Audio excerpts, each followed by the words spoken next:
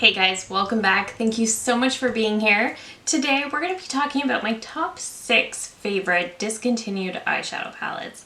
So before we get into it, I hope you'll consider subscribing to my channel before you leave.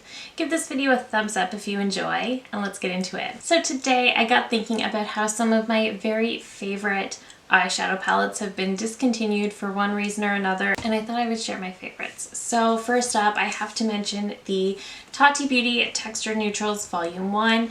This palette I loved so much. I do hope that Tati eventually gets back into creating makeup in the future because I thought this was wonderful. I love the range of textures. I love the shades in here. I think it's so beautiful. I almost have Pan on the shade Aura, and Ritual has a really good dent in it too. I used this palette so much when I first got it. I loved it so much.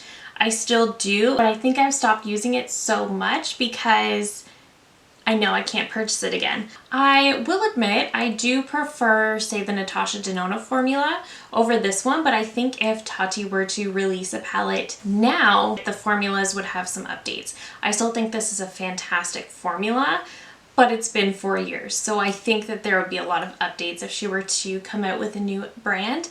However, I still think this is phenomenal. I still think the quality is amazing.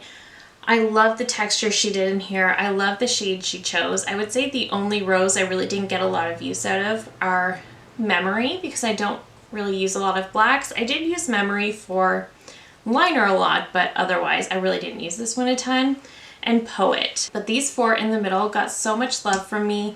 I love this palette to this day. I'm so sad that we can't get this anymore, but this is probably one of the most special palettes in my collection. I would say that if I had to get rid of all my makeup and I could only keep a handful of palettes, this one would be staying because I do still love this one and I still want to reach for it often. So I really wish this could come back. I still love this palette so much. Next is a palette I've been using quite a bit recently. So I was actually asked by a friend to do her wedding makeup, and that feels like such a high honor to be asked to do somebody's wedding makeup. Her wedding was yesterday. She looked absolutely stunning, but this is the palette that I use. This is the Tarte Juicy palette.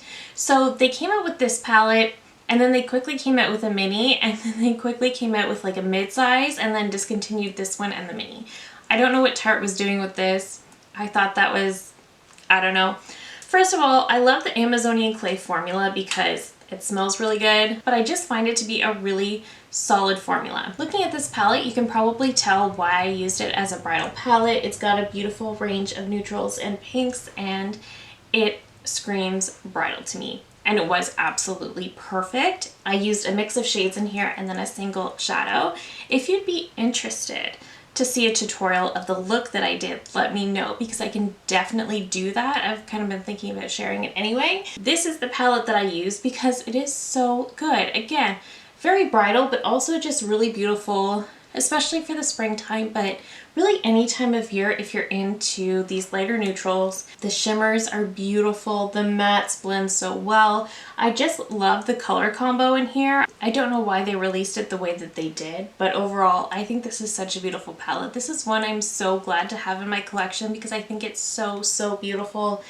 Absolutely love it. If this was still around, I could see a ton of bridal makeup artists using it in their kit because it's so perfect. And everything about this palette just speaks to my heart. So I love this. I think it's beautiful. It's a perfect range of colors. I feel like if I were an eyeshadow palette, this is probably what I would look like, in all honesty, with the shiny pink packaging and then the mix of shades in the inside. I would say if you like a ton of depth, you would definitely not like this one because you really do only get this one really deep shade. But for me, it's perfect. And I really wish they hadn't messed with the release of this so much because it's such a beautiful palette. I don't know, I just love this one. Next, I wanted to mention the Huda Beauty Mercury Retrograde. So I don't think you can get this one anymore. I know it was on discount for a while. I think it's finally officially off the market. This is a beautiful, beautiful palette. This is gorgeous for the springtime when you have some of these neutrals in here, but then you have these beautiful pops of shimmer. You get this beautiful kind of seafoam green shade up here. The shimmers are just absolutely stunning. She did such a good job with this one, and I always say that Huda is really the queen of textures, and I do stand by that. I really think she is. This is easily one of the best palettes she's ever released, ever created. I think this palette is so beautiful, and I know so many people absolutely love this one too, so I really don't know why she would have ever discontinued this palette, but I'm glad I have it in my collection. I'm going to continue to use it. I absolutely love this one. I create the prettiest looks, the shiniest looks with this.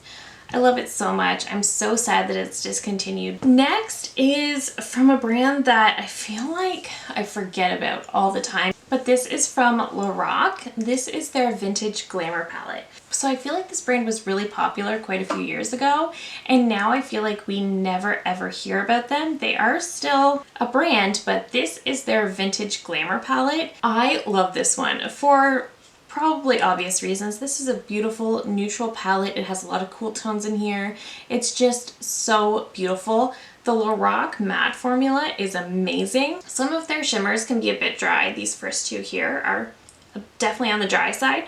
These are so smooth and easy to work with and just so stunning. The shades Close Up and Vintage. I almost have pan on these.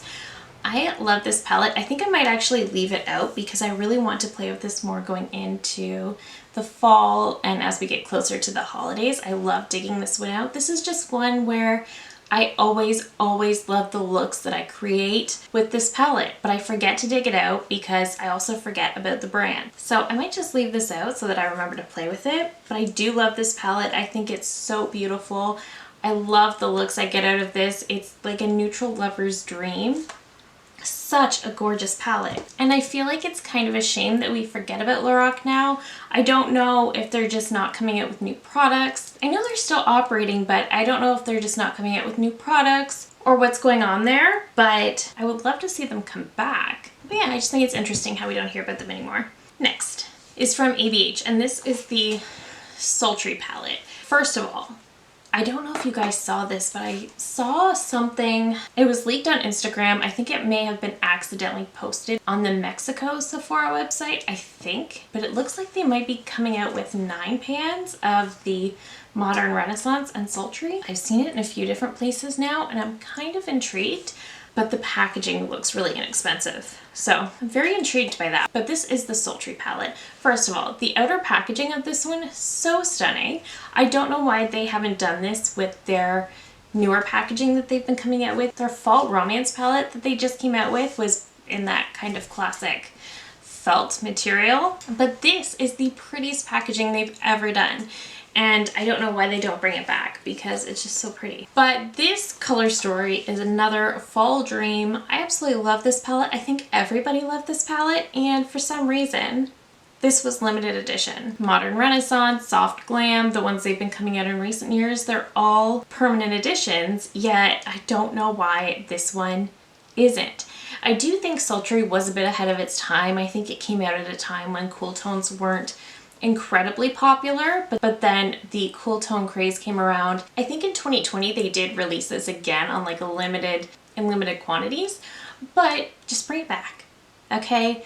We like cool tones now. Bring it back, maybe in the updated formula, same packaging, updated formula, and I think we would all be really happy. This is a little bit on the deeper side, but I do have like a sort of deeper halo eye look that I often create in the fall months with this palette, and I might have to do it again really soon because I always get compliments when I do it.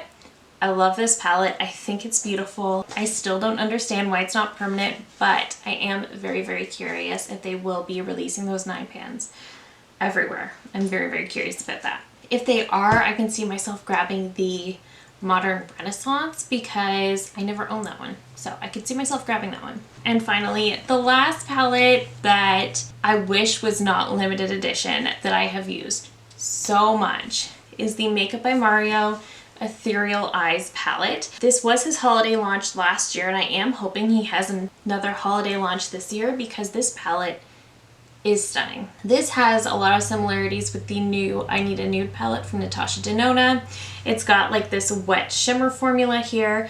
The mattes are incredibly beautiful and blendable and easy to work with. The shimmers are so pretty. He did an amazing job with this palette. I don't know why he made this limited edition. Like, he has his Master Mattes palette. He has that metallic palette that I don't think is that popular. Why not make something like this permanent? People love this palette. I feel like people really love this palette, and it's absolutely stunning. I really do hope he comes out with another one this year, but I would also just like to see this come back in a permanent capacity, because this is such a gorgeous everyday palette. This is perfect for every single day, but you can easily make it very glam. I think it's just so pretty. He did such an amazing job. In my opinion, it's really just a shame that it was limited edition, because I think this would be a top seller for him if it was permanent. But that is it for me today. Let me know down below your favorite discontinued eyeshadow palettes. Do we have any in common? Let me know what you're missing. Thank you so very much for watching. If you're new here, I hope you'll consider subscribing before you go. I do upload at least 3 new videos every single week. Thank you again so very much for watching, and I will see you in my next one. Bye!